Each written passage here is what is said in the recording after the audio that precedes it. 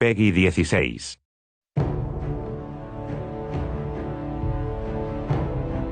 July update is filled with a couple of updates. I mean, things that the community has asked for. It's got PvP changes that people have been asking for. It's got the raid layer prestige. We've got the summer event that we're shipping. Solstice of Heroes is the event that the tower is celebrating. You're going to go into the tower, and from the tower, you'll talk to the event statue, which is it's cool, like chiseled statue. Kind of like Josh Hamrick, chiseled. He's as chiseled as Josh Hamrick.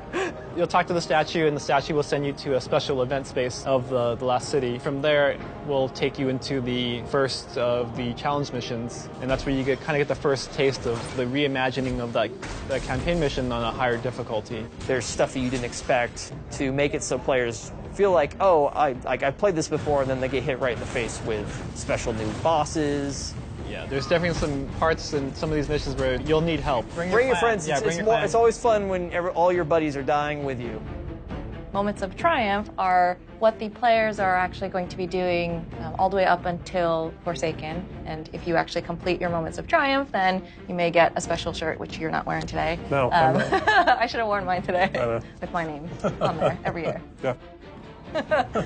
We've got bounties coming back for the first time in D2. Those will be on the Crucible and Vanguard vendors. We've got the 6v6 quick play node that we're adding that's going to be permanent. So Iron Banner in this update, we basically put more theming on it, more Iron Banner motifs. So we replaced the control zone flags with fire pits that ignite when you capture them. Seriously?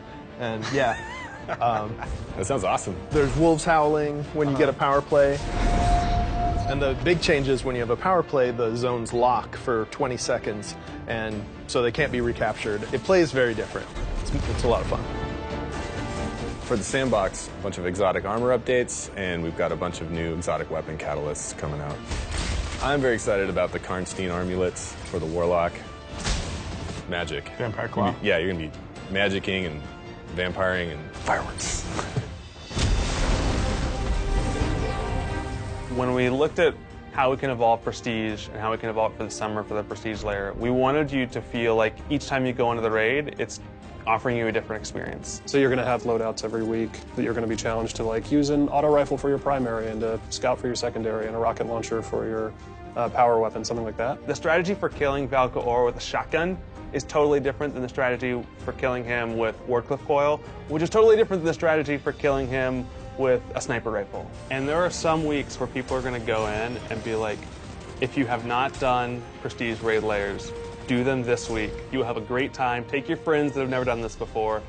And there are other weeks where you're like, oh, this is hard. Like, I don't know how to do this boss with this weapon, right? Like, how do we make this work?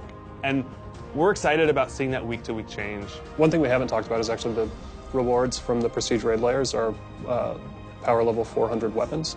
So you get the power level 400 armor from Solstice of Heroes, and then you can get all the way up to 400 for your character by getting the weapons out of the raid layers. So if you want to be rocking 400 when you go into Forsaken, you're going to have to go into these raid layers and find a way to sort of come out on top. Yeah, it's really about trying to find the balance between the things that we just need to address with the game, like things that need to be better, bugs that need to be fixed, and then continuing to give them things that they weren't necessarily expecting. We're trying to give players more things to do, new things to do. Yeah, I think people are really going to like it. One of the biggest things for Solstice of Heroes for me is that as long as you have the base Destiny 2, you don't necessarily have to have the expansions or anything else. Everybody can participate.